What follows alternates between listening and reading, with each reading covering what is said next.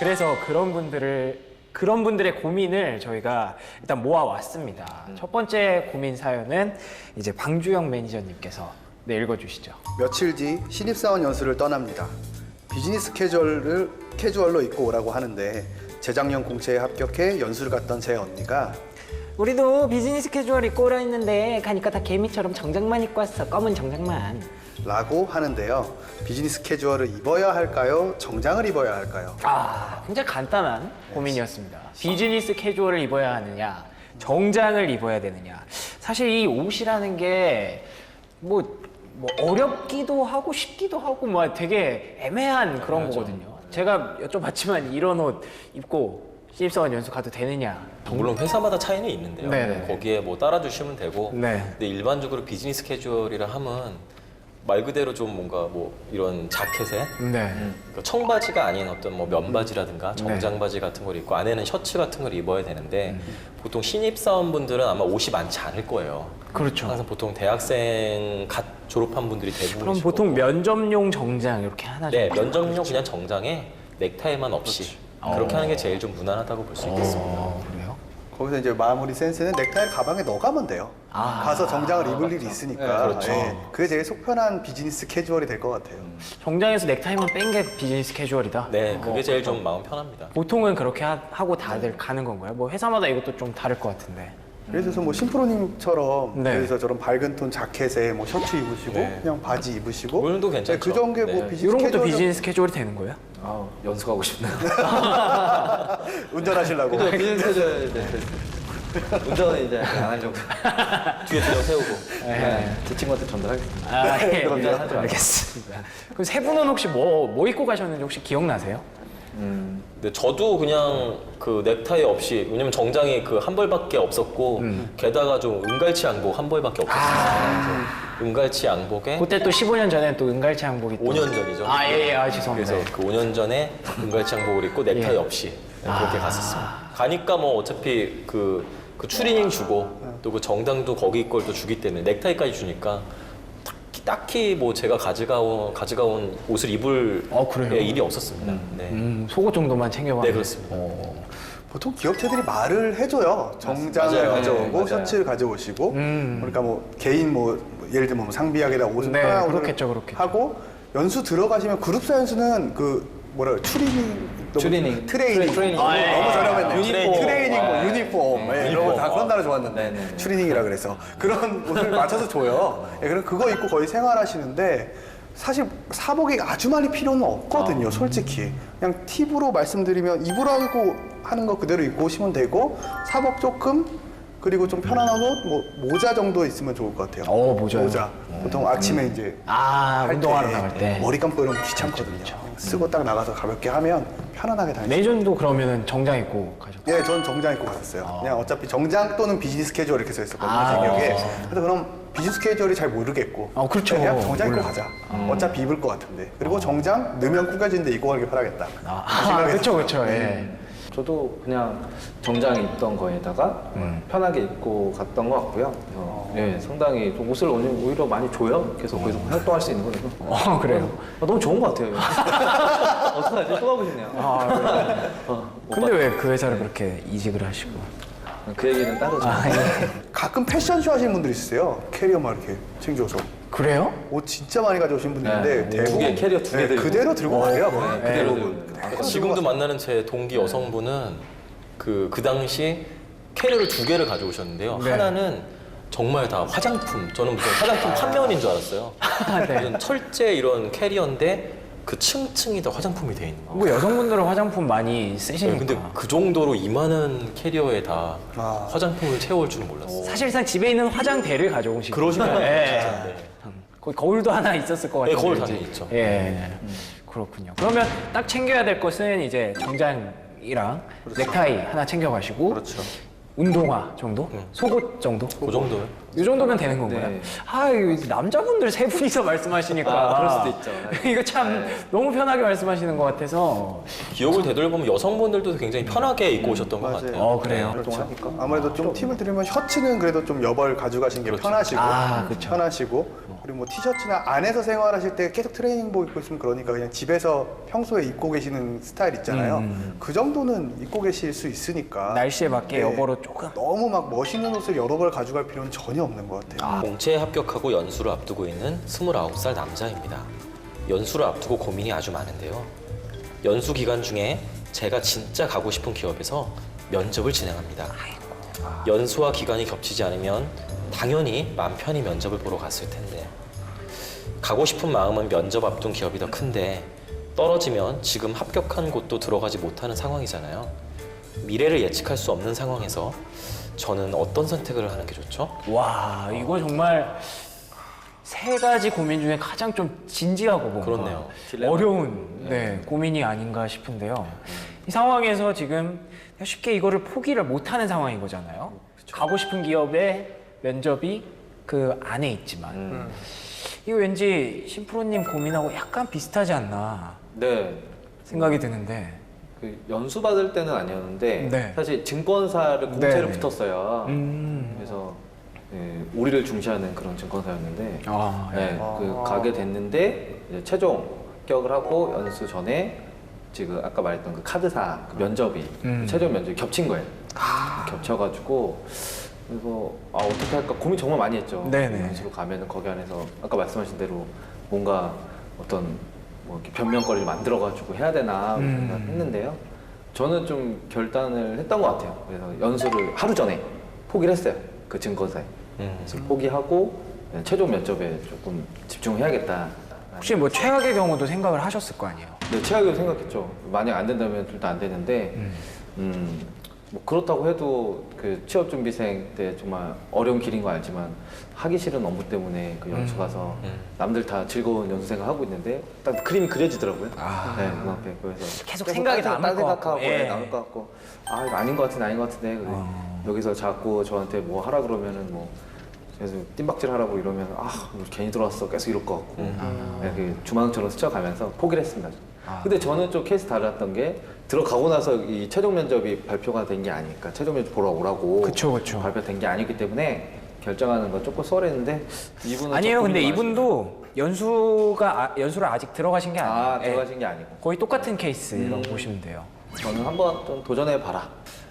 저 같은 경우도 저는 무조건 좀 그 면접을 가라라고 말씀드리고 싶어요. 무조건. 네. 왜냐면 뭐 두 마리 토끼를 잡는 거죠. 연수도 가고 면접도 가고. 그 두 개가 가능하다고 생각하시는 네, 거예요? 가능합니다. 그래서 왜냐면 물론 이제 연수 아직 가긴 전이잖아요. 하지만 네. 연수 기간과 면접 기간이 겹치잖아요. 그렇다면 연수할 때 미리 좀 말해 놓는 거죠. 담당자한테. 네네. 너무 죄송한데 어떤 핑계거리 대건 무슨 일 때문에 어떤 집안 일 때문에 못 간다. 그럼 또 다 사람 사는 거기 때문에 다 그 익스큐즈를 해줍니다.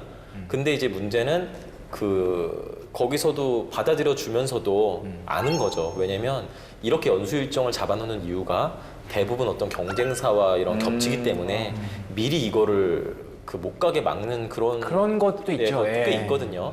근데 정말 이렇게 사정을 얘기하면은 또 사람 일이기 때문에 이제 보내는 줍니다. 하지만 다시 돌아왔을 때는 어쨌든 쟤는 뭔가 면접을 간 게 굉장히 의심이 돼. 이런 좀 그런 낙인이 찍힐 수도 있겠죠.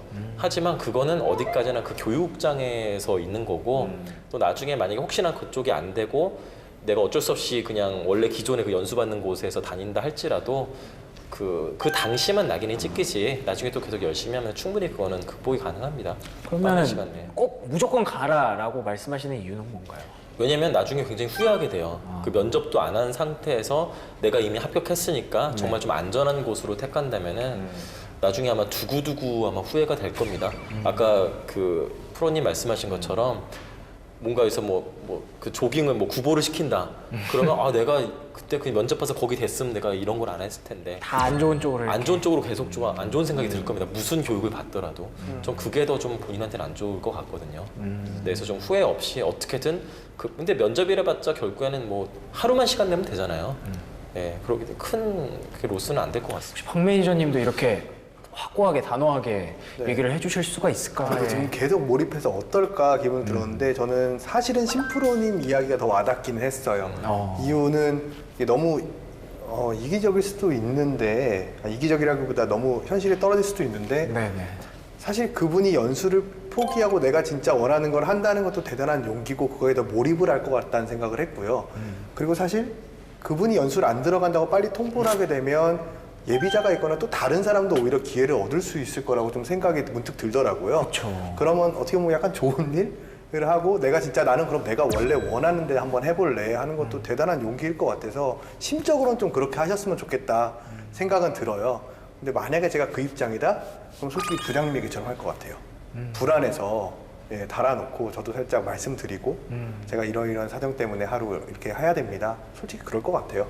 다른 그 미리 뽑아놓고서 합격 통보를 해놓고서 딴 데 도망가지 못하게 아예 막 해외로 연수를 보내본 적이 있었습니다. 아예 중국으로 그냥 막 뭐 한 100명 넘게 그냥 보내버린 거죠. 그러다 보니까 이거는 뭐 집에 일이 있어서 못 가겠는데 이거 자체가 안 되는 거예요.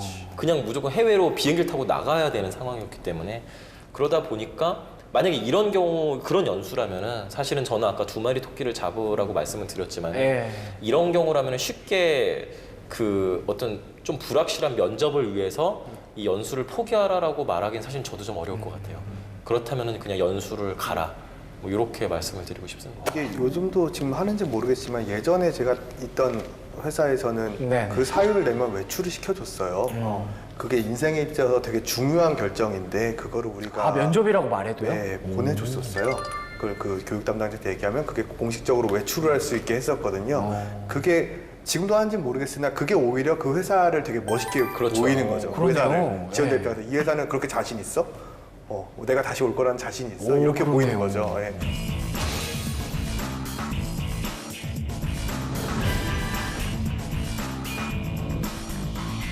신입사원들 얘기를 좀 해보려고 해요. 네. 그러니까 회의에서 신입사원들이 도대체 뭘 해야 되는지, 역할이 뭔지 이렇게 부장님, 과장님들이 계신데 저 같은 신입사원이 뭐 말을 할 수 있겠어요?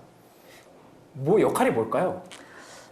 뭐 매니저들 들어가는 그런 뭐 임원회의나 이런 데는 당연히 참석을 거의 못하고 네. 뭐 준비하는 정도만 뭐 아까 하신 대로 뭐 노트북이 연결돼 예. 있는지 정도 체크하는 거 네. 그거 외에는 팀 내에서 하는 회의들은 뭐 의견을 잘 듣고 네. 집중하고 잘 듣고 그다음에 자기 의견 조리 있게 잘 얘기하고 뭐 이런 정도의 역할 아닐까요?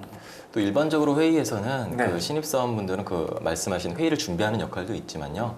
전반적인 어떤 회의 내용을 정리하는 회의록을 쓰고 맞아요. 그렇죠. 근데 이런 것도 합니다. 근데 이게 단순하게 이게 뭐 정말 뭐 힘든 일을 한다 이렇게 생각하는 게 아니라 네. 그 회의록을 정리함으로써 또 이제 본인도 인사이트가 생기거든요. 그래서 일반적으로 또 일부러라도 또 회의록 정리를 시키고 이런 일들이 많습니다. 네. 그러니까 쓰다 보면 모르는 용어들도 많고 모르는 내용도 많기 때문에 그걸 또 물어보게 되거든요. 나중에 그럼 이제 그게 다 이제 본인께 되는 거죠. 네. 저희 한 회의에서 네. 한 사람이 계속 회의록을 쓰니까 다른 사람들이 거의 집중 잘 안 하고 그냥 다른 사람이 얘기할 때 딴짓하고 딴 생각하고 이런 게 그럴 수도 그런 있어가지고 경우도 있겠네요. 회의록을 돌아가면서 쓰겠어요. 와. 한 회의씩. 이번엔 내가 하면 다음번에는 과장님이 하고 그다음에 부장님이 하고 이런 식으로. 과장님, 부장님도 하시고요? 네, 부서 다 상관없이? 하셨어요. 네. 와. 그러면 뭐 신입사원들이 회의할 때 준비해야 될 거는 말씀하신 뭐 회의록 준비한다든지 뭐 세팅한다든지 네. 이 정도밖에 없겠네요. 그냥 부담 안 가져도 되겠네요. 그렇죠. 근데 그런 식의 어떤 준비의 부담을 조금은 가졌으면 좋겠어요. 그런 걸 준비할 때도. 예, 예. 네. 그러니까 회의를 한다라고 했을 때 그냥 가만히 있으면 안 되는 거죠. 제가 마치 뭐 지금 자리에 없는 손 선배 같은 얘기를 또 하게 되는 네네네. 것 같은데 그 일에 대한 또 조직에 대한 열정을 가지고서 네. 내가 할 일을 스스로 찾아서 가는 그런 애티튜드를 보여주는 것도 신입사원으로서 부서에 기여할 수 있는 바라고 생각을 합니다. 네. 손 실장님 여기 계신가요? 뒤에서 조종하고 계신 거 아니죠? 아바타 아니고요. 아, 네. 회의의 과정 속에서는 네. 또 신입사원한테 기대하는 거 뻔하잖아요. 우리 저 기존 구성원들이. 뭔가요, 그게?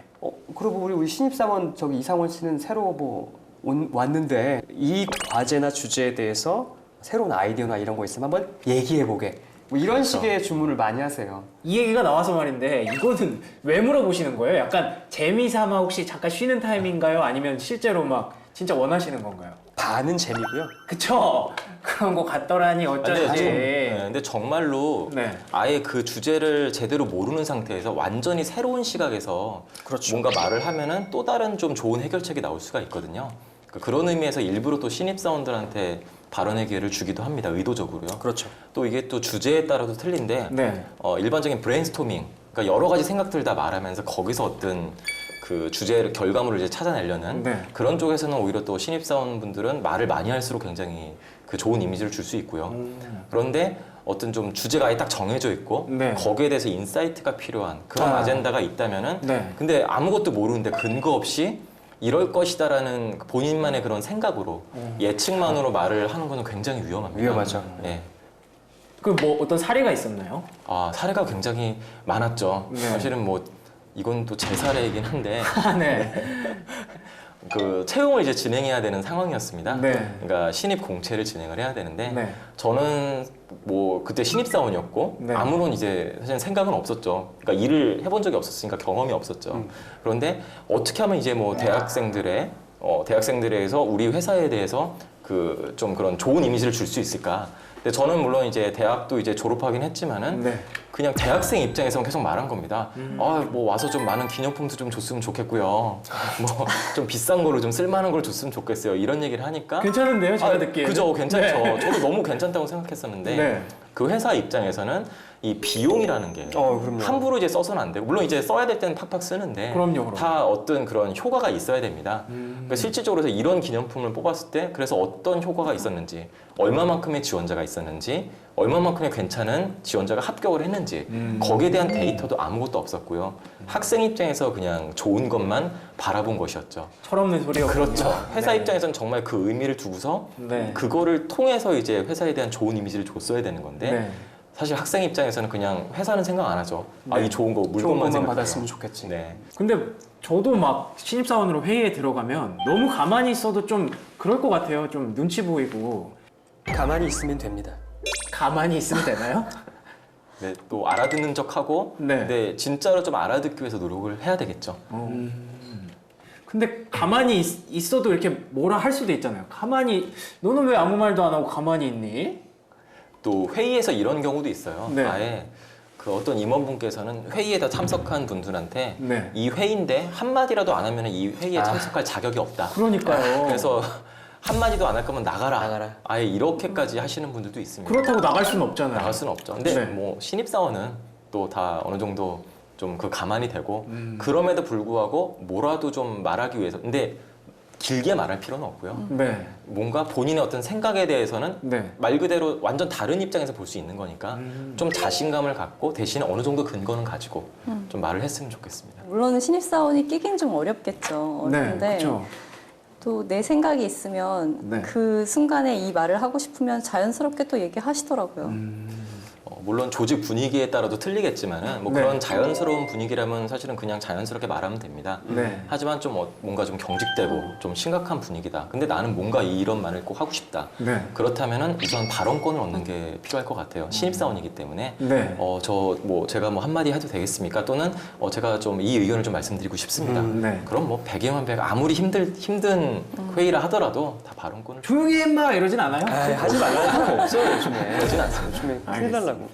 신입사원은 되게 우리가 일반적으로 생각하는 것보다 귀한 존재예요. 그렇죠. 오 그래요. 예, 한 해에 한두 명씩 들어오는 정도밖에 안 되니까 우리 명석 씨도 군대 갔다 와보셔서 딱 알겠지만 제가 그 얘기 하려고 그랬는데 노란 이진경 열쇠 들어왔을 때 하죠. 그 느낌인가요? 네, 그거는 이제 갈구지도 말고 아. 뭐라고 하지도 말고 함부로 뭐 시키지도 말고 뭐 이런 단계가 있어요. 그런 느낌이군요. 네, 그런 단계에서는 사실 이래라 뭐래라 막 혼내고 무작정 가르쳐주지도 않고 그렇죠. 그러면 그 사수가 혼나요. 맞습니다. 네. 정확하게 이해가 됐어요. 저는. 네. 아니 근데 과장님께서 자꾸 가만히 있으라고 하는데 진짜 그 가만히 있는 신입사원이 좋은가요? 아니면 오히려 옳은 얘기를 하는 그러니까 활발하게 옳은 얘기들을 하는 그런 신입사원이 좋은 건가요? 물론 사석에서야 이 사람이 이런 얘기했을 때 저 사람이 저런 얘기했을 때 그 상황에 맞게 공감 있는 드립을 치는 건 얼마든지 좋잖아요. 재밌고 분위기도 저해하지 않고. 회의 때는 그러지 마라. 회의 때도 아까 김성우 부장님 말씀하셨지만 그럴 만한 회의가 있고 또 아닌 회의가 있어요. 그거는 좀 눈치껏 잘 맞춰가야 되지 않을까 그런 결국엔 생각을 해요. 또 눈치군요. 역시. 저는 적극적인 신입사원을 굉장히 좋아해요. 그래요? 물론 반대가 될 수도 네. 있겠지만은, 근데 결국에는 일맥상통하는 것 같습니다. 그 회의가 말을 많이 하거나 말을 많이 하는 것과 또 말을 잘하는 것과는 완전히 천지 차이거든요. 그렇죠. 그래서 말을 많이 한다는 의미는 회의의 흐름을 끊고 네. 계속 본인의 얘기만 계속 한다는 얘기이기 때문에 신입사원분들이 아무리 그렇게 적극적인 모습을 보인다 할지라도 네. 그런 것들은 굉장히 지양을 해야 그렇죠. 되겠고요. 그러니까 뭔가 회의의 흐름에 적절하게 내가 근거가 있고 내 의견을 뭔가 정말 말하고 싶다면은 정말로 적극적으로 그걸 말을 잘하는 거는 저는 필요하다고 봅니다. 많이 하더라도.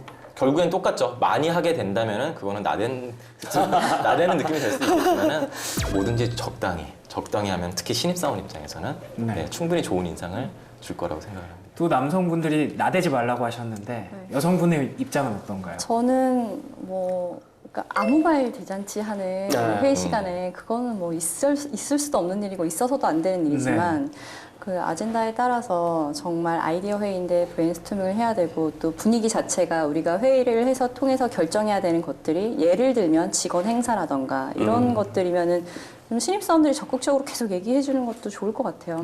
분위기 새로운, 환기라든지 네. 그런 거에 엄청나게 도움이 그렇죠. 될 것 같은데. 네, 그러면은 나대는 건 아닌 것 같고 네. 근데 정말 흐름하고 전혀 상관없는 얘기를 계속 한다면 그건 진짜 눈치 없는 거죠. 네, 입 닫고 가만히 있어 나오는 거죠. 아, 네. 가만히 있으라고 하시네요, 이제는. 아, 직장인 생각이 다 똑같아요. 어쩔 수 없어요. 그러네요.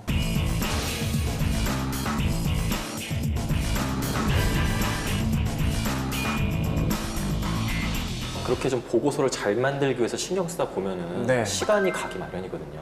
많은 시간이 필요합니다. 그렇겠죠. 그렇다 보면은 내가 고민을 하다가 어떤 그 데드라인이 있어요. 납기일에 뭔가 원하시는 보고 날짜에 또는 보고 시간에 그거를 넘겨버리게 되는 경우가 많거든요. 근데 물론 그걸 넘길 수도 있죠. 사람이니까. 예. 근데 문제가 뭐냐면은 그 보고 기한을 넘기게 됐을 때는 상사는 물론 화도 나겠지만은 화가 나면서 속으로 이렇게 생각하면 아, 저 사람이 더 많은 고민을 했으니까 더 좋은 퀄리티에 더 잘 쓴 보고서를 들고 오겠지 이런 기대를 암묵적으로 하게 됩니다. 그런데 실제 현실은 더 좋은 보고서로 가기가 쉽지 않거든요. 그럼요. 저도 그래 왔었고 네. 그러다 보면은 오히려 상사는 기대감은 점점 커지는데 보고서는 그대로인 거고 그러면은 오히려 더 좀 안 좋은 영향을 미칠 수가 있습니다. 뭘 했길래 이제가 좋은데. 네, 그러니까 항상 적시 맞아요. 보고서 잘 만드는 것도 중요하지만 아, 이것도 기본이네요. 어떻게든 빨리 좀 그 상사가 원하는 타이밍에 빨리 그걸 보고하시는 게 더 중요하다고 볼 수 있겠습니다. 아 근데 말씀하신 바를 들어보면은 이제 신입사원으로서 보고하는 타이밍도 되게 중요할 것 같아요. 이 상사분의 기분이 어떨지도 되게 중요할 것 같고, 네.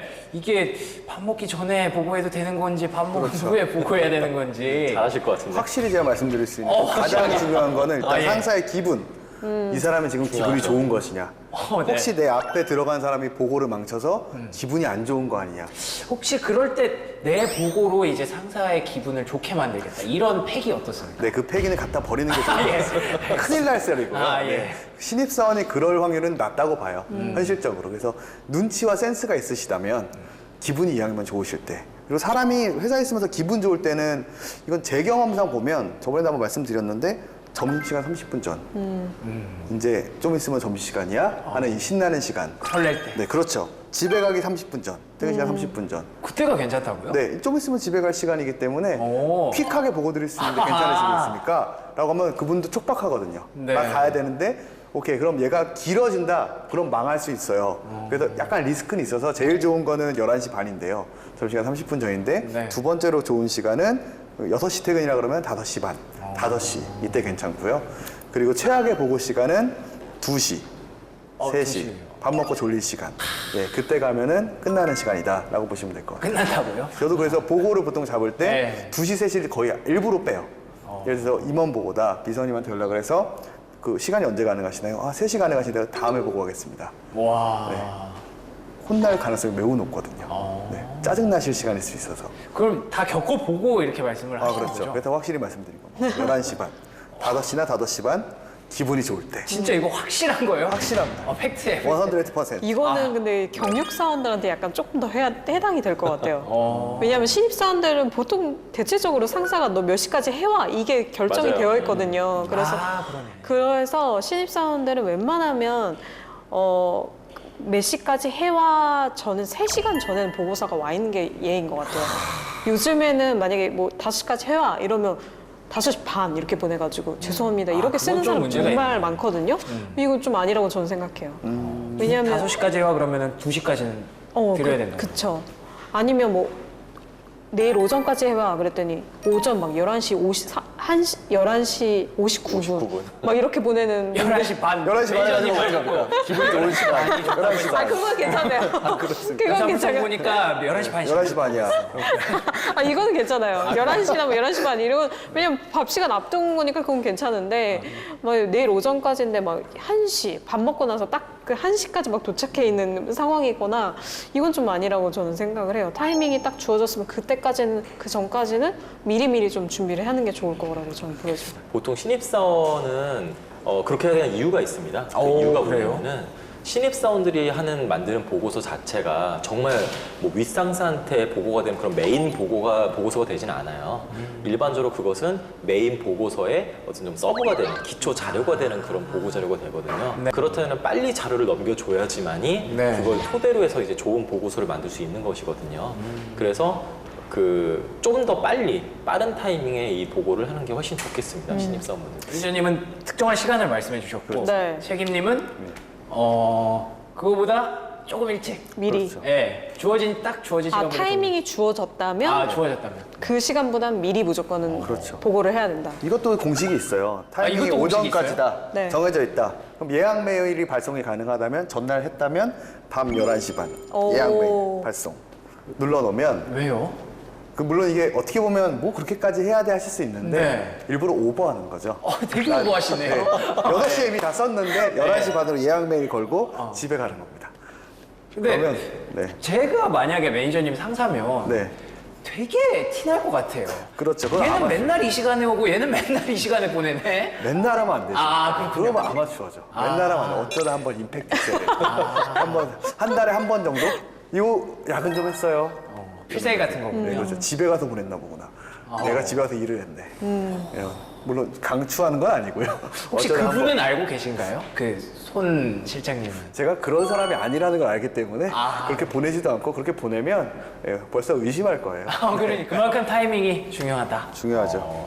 그만큼 또 보고도 중요하다. 네.